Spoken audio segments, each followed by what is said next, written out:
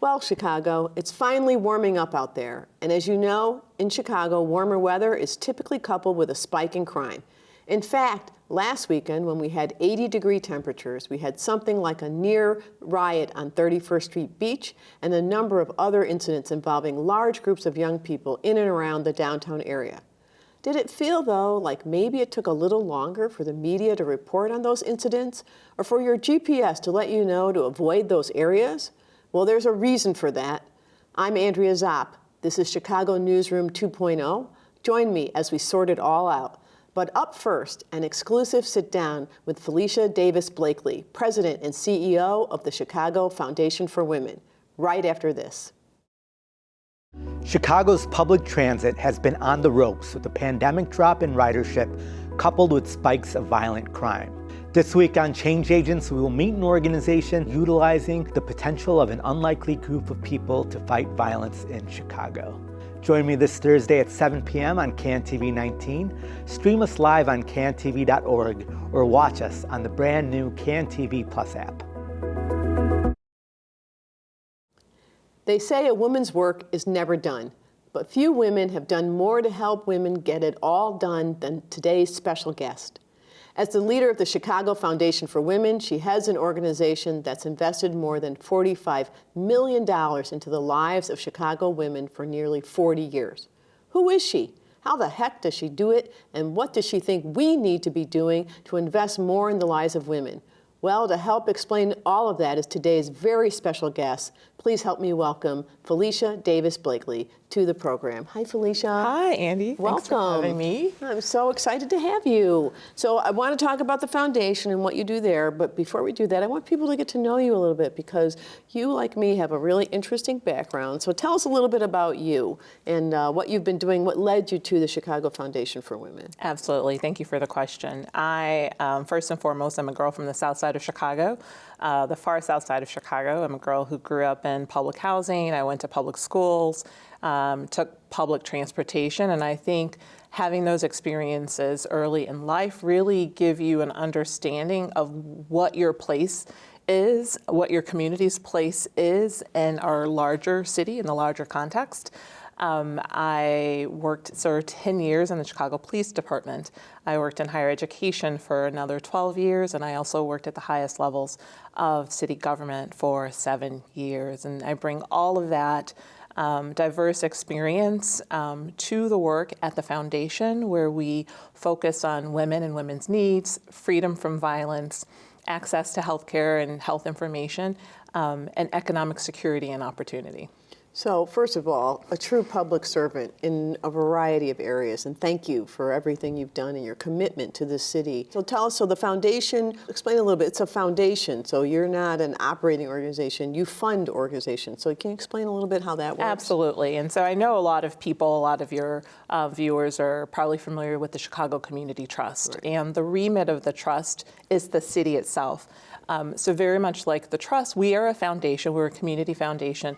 Our remit are women and girls. And so we ask the question, how does this policy, practice, whatever it is, how is this impacting women and girls? And we demand to see the data and to push policymakers to disaggregate data, because there's a lot that can be hidden, so that we know the particulars, so that we understand if an issue is particularly a pain point for Black women versus Hispanic or Latinas versus, Native women or girls, and so forth and so on. And so every single day, we say that that's a gender lens. We're applying a gender lens to any policy or practice and asking, how does that impact women and girls? Talk about Chicago. Would you give us a grade on how women and girls are doing here in the city from kind of A to F? Is it Yeah, Are we passing? We are not. Yeah. We are not passing. And unfortunately, over the last few years, primarily driven by COVID and a lot of the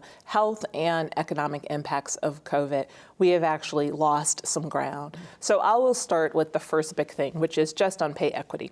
If Chicago were world class, were first in its class as relates to paying women equally for the work that they're doing, we would have $58 billion billion more in GDP.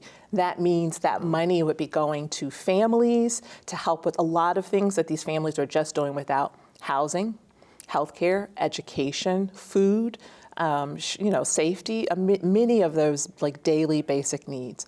When it comes to how are women, what's the safety of women? I would say we're not doing well there, because any young girl will tell you walking down the street, it does not feel safe. And, I am still amazed that adult men think that it's a good pastime to catcall. And they don't understand that if you catcall me on the street, in my mind, I'm thinking safety.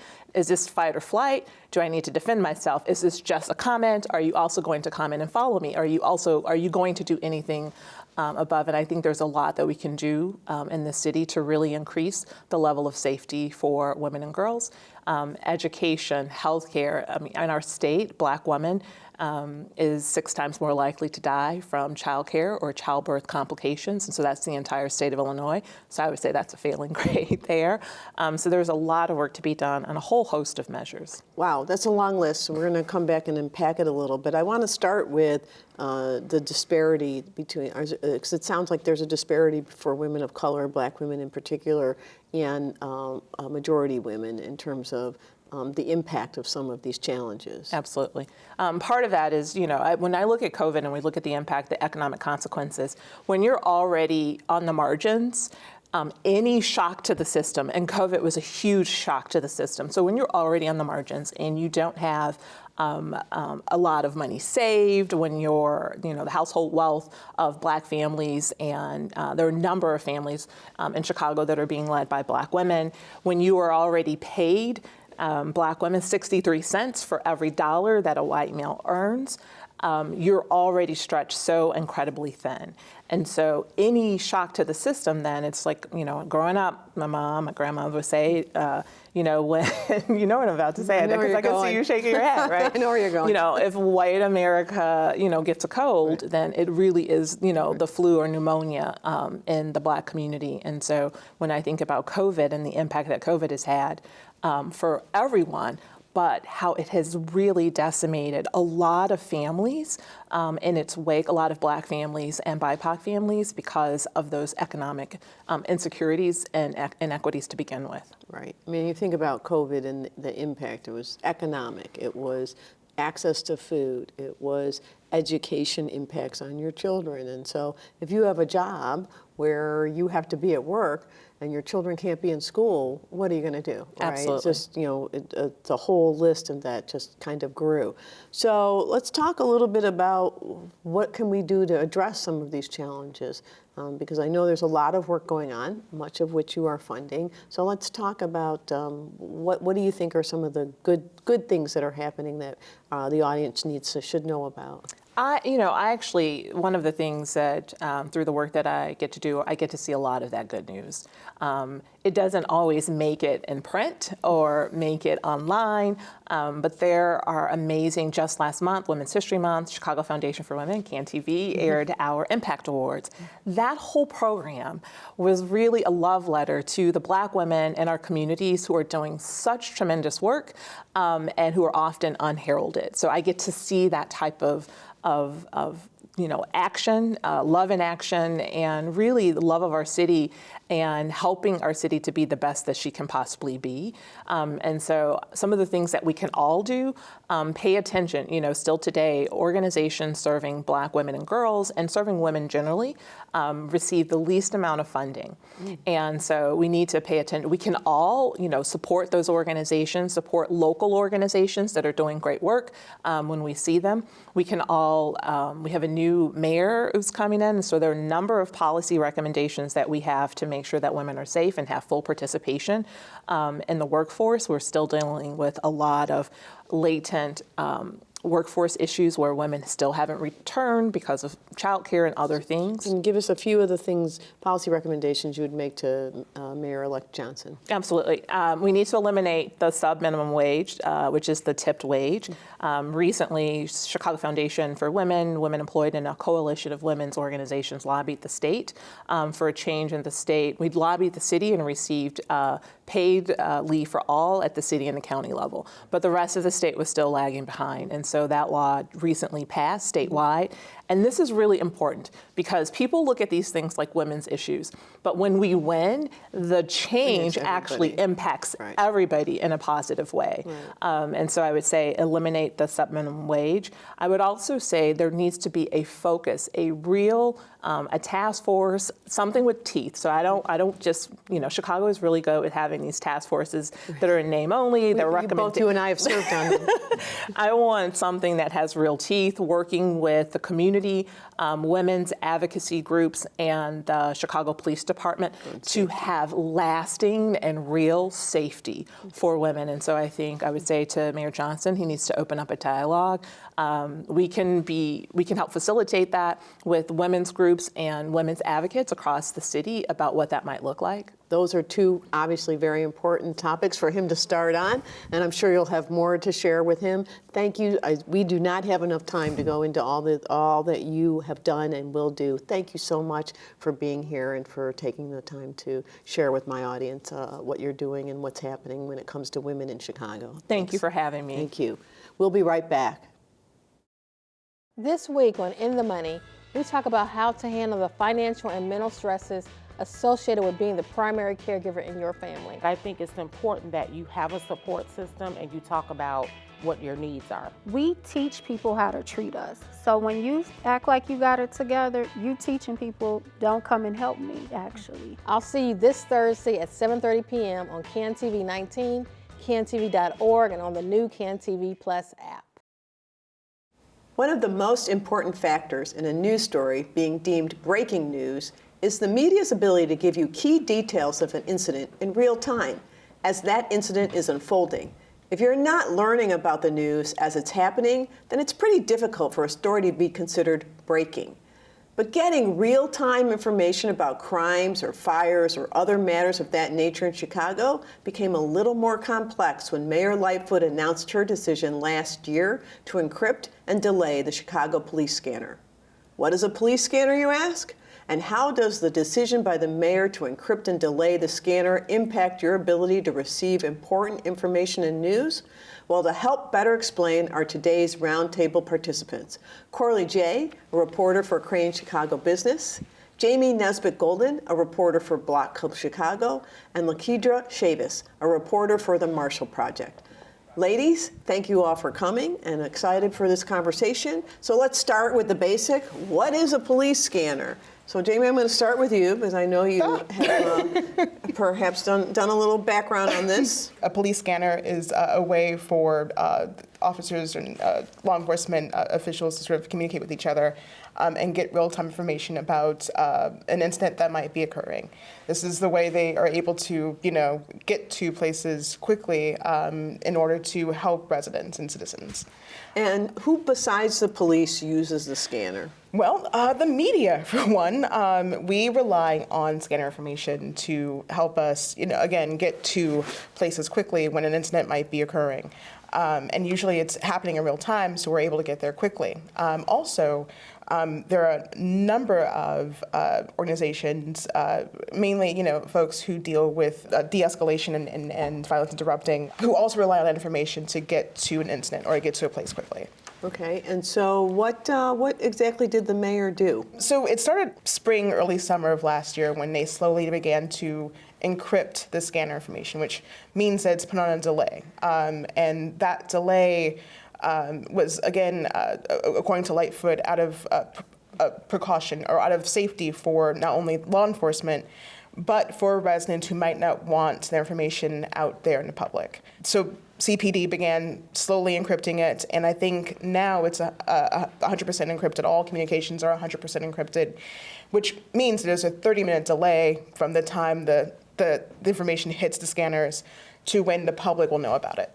Wow, that seems like a really long time. Coralie, you're shaking your head. I agree. So what does that mean for the journalist and media community? It means that it's going to take a lot longer for us to get the information to get there, and it's like dealing with transparency with the police as well.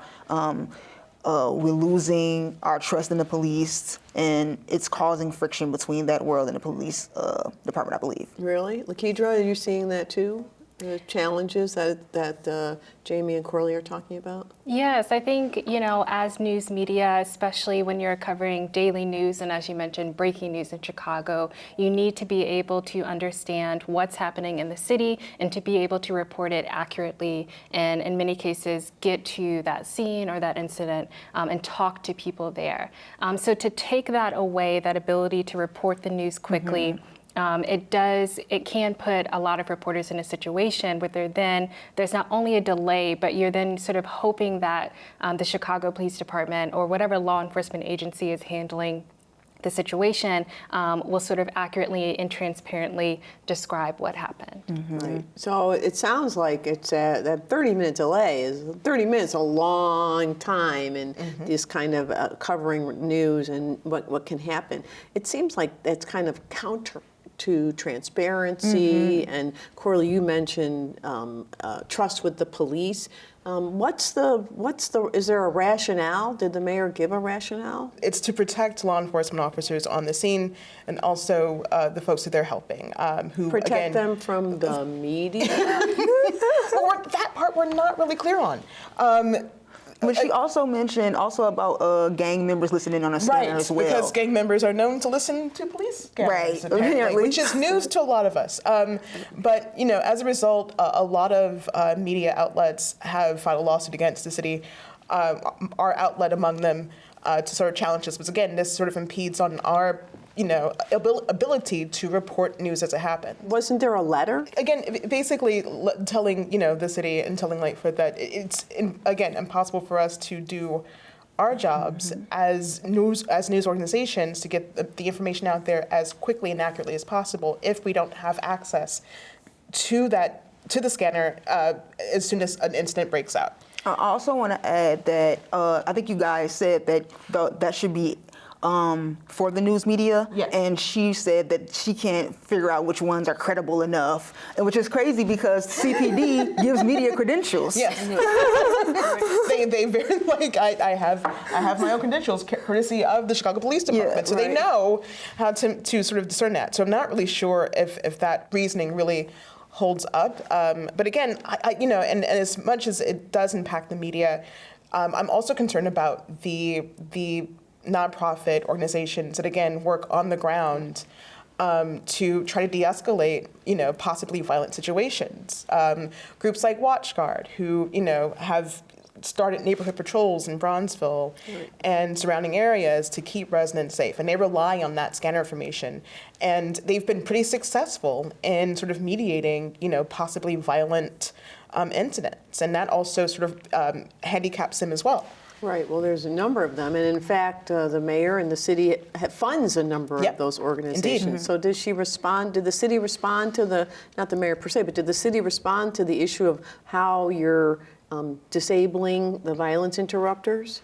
They did not, as far as I know. We never received a response from the story. There's a certain part of what the mayor is saying, particularly in today's media world, that you understand, right? It's kind of because so much information can get out so quickly in a way that it used to be only a few people had the scanner or even paid it, entities and organizations. So on the one hand, I understand that. On the other hand, as we talked about, transparency and the ability to cover stories in a timely fashion seems so important right now. So what's the balance? Lakidra, what do you think? How should people be thinking about this? Yeah, I think it is a balance weighing the safety of the people who police or other emergency services are responding to. But I think transparency is also really, really important. You brought up how in today's climate, anyone can kind of know what's happening and the information will get out there. That does not change by them, taking away the scanners for us to listen to. So I do think it's really important that the city provide examples, concrete examples of how this is, harming officers or harming the people who are involved. I think that the coalition has repeatedly asked for more information, and the city has not provided any. Right. Well, I think actually there could be some risk, right, to the point you just made, because information's out there, right? So now if you don't have the police scanner and the accurate information, you have to rely on other social media and other information. Exactly. So, Coralie, I think that can create a big issue in and of itself, right? Yeah, for sure. Relying on hearsay, something that we don't want to do as journalists and reporters, and definitely having that concrete evidence can really be key for reporting. And also with intervening, like Jamie said, you have these organizations that want to be on the ground and want to be there. It could have been, a big part of the weekend violence, I feel like, if we had that didn't exist, between that gap between the police and the community. And to Coralie's point, these, law enforcement has made a very big deal about getting, more cooperation from the public, more help from residents. It's a very hands-on deck situation, right? But how are residents going to be able to help or do their part if you're keeping this information from them? When you have that 30-minute delay, you as media, it seems, become more dependent on the police version of what occurred in that 30 minutes. Exactly. And so how does that impact the community's engagement? I think it makes them more wary of how we're giving them this. They're more aware of the information that they're receiving from us, I should say. And again, it makes our jobs harder because we're not there as it happens. Right. So now we have to take the police, sort of the police perspective, the police POV, and that takes more time to sort of, sift through, fact check. It sort of, it slows everything down. And as a result, maybe people don't feel like they can trust what we're telling them because we have to rely on, again, secondhand information from law enforcement. Also, keep witnesses leaving the scene. Getting their word may not be possible because of that delay. Right, so it really impacts your ability to tell a full and complete story, yes, right? Exactly. And you become really dependent. So this is Mayor Lightfoot's decision. Mayor-elect Johnson, we have a new mayor coming in soon. Has he weighed in on this topic? Any thoughts on where we might head? Well, I would love to ask Mayor-elect Johnson where he stands on this, and I think I'm hoping that he would perhaps reverse this decision after some consideration, considering, again, how this negatively impacts all of us. But, it's too soon to tell. But I would love to know where he sort of lies. I'm interested to see what the Commission of Public Safety and Accountability do about this issue. I'm not sure how much they can be involved, but they're over the police department, holding them accountable along with them and Mayor Johnson. I'm really excited to see what they'll do for this. No, that's a great point. Are there workarounds for you all? Is there a way? We talked a little bit about social media, which doesn't strike me as the best. No, it's not. But it's the best we have right now. Right. A few months ago, I had to cover a fire right on the border of Kenwood and Hyde Park, and typically it would be a scanner that we would pick up the information from, but it was Twitter. We happened to see a tweet about a fire happening in a high-rise on 47th in Lake Park, and my editors dispatched me over there, and again, you're sort of playing catch-up because by the time you arrive, this fire's been going on for maybe half hour, 40 minutes. So now you have to sort of scramble, find officials to speak with, find residents to speak with. All of this would have been easier if we were able to get there when it happened. Right. So much happens in a half an hour. When they had the fire in the high-rise on the north side, we lost a firefighter in that those really first time. And so, again, an important story to cover when it's happening, not after it's happened. Exactly. So I think really critically important. I just want to talk a little bit about kind of how because I think this really touches on the importance of building these relationships with the community and what it says when we step back from access. It's kind of like the same thing with voting for me, right? You start restricting voting, you're sending a bigger message. It seems to me that there's another message here that may not be what Mayor Lightfoot intended to send, but is one that's there. I don't know. What do you think, Lakita? Yeah, I think the unspoken message is that CPD and the mayor's office, at least under Lori Lightfoot, really want to have control over the public perception of how they are responding to these incidences. But we know historically that CPD sometimes makes huge mistakes that cost lives when they're responding. And so that they haven't said that that is the goal publicly. I don't think they would ever say something like that, but that is certainly what I take away from it. And I think it puts the Chicago Police Department especially in a difficult position, right? Because they are in a situation where they want the community to trust them more. But that isn't going to happen if you continue to sort of strip away layers of transparency that might help build and sustain that trust. Again, I think we spoke about this the last time about how communities want to trust the police and they want a relationship with law enforcement, but they also want them to be transparent and communicative. And taking away scanner access doesn't help that. But I also, to your point, I think, it's also about shielding CPD from criticism, making, sort of circling the wagon, so to speak, so that if something does happen, how will we know?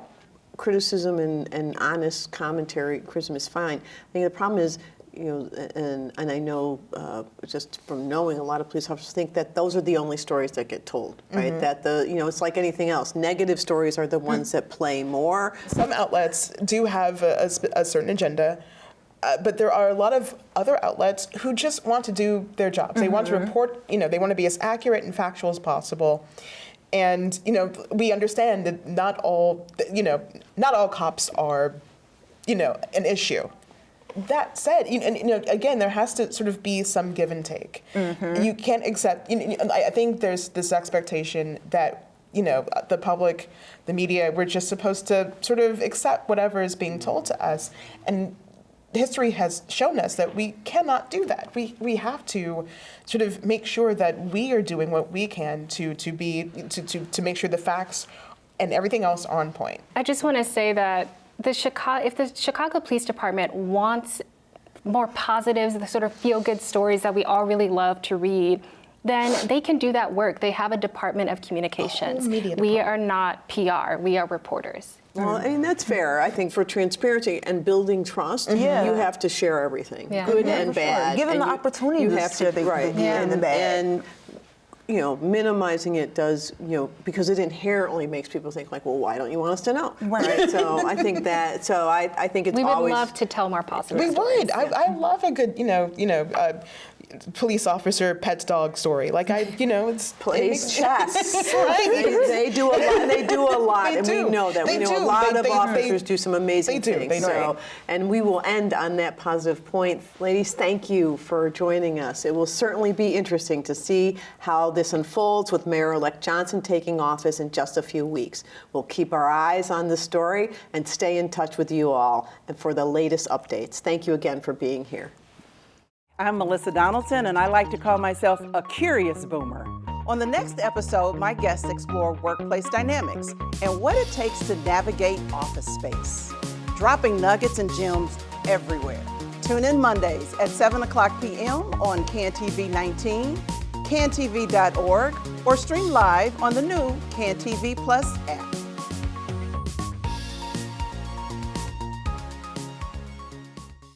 There are a lot of factors that need to be weighed when considering how much information to share with the general public about any given matter.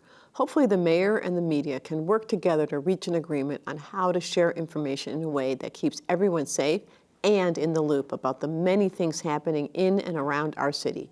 Thank you, Chicago. See you next time.